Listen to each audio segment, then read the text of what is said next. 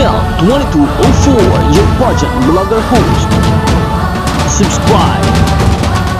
Magandang araw Pilipinas and good day pageant lovers! Bagong pasabog na naman mula sa ating pambato na si Emma Tiglao at talagang hindi nauubusan ng sorpresa ang ating Miss Grand Philippines sa bawat araw ng Miss Grand International Competition sa Hua Hin, Thailand.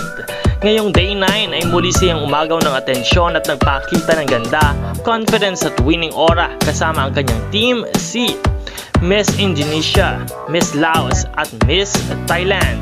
Ang Team C o Team South Asia ay isa sa mga kinagigiliwan ngayon sa Miss Grand International 2025. Pinangunahan ito ng mga kandidatang mula sa parehong rehiyon na may taglay na ganda, karisma at strong stage presence.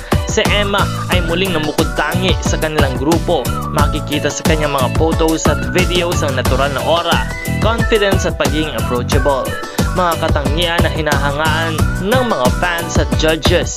Hindi rin nakaligtas sa mga netizens ang kanyang elegant yet fresh look sa araw na ito.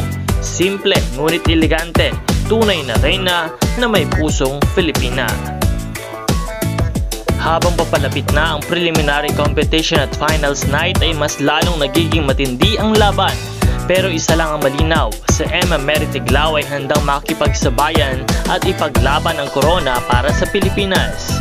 Bagong araw, bagong pasabog nga mula kay Emma Mary Tiglao at muling ipinakita na si Emma ay hindi lang maganda, matalino, kalmado at palaban.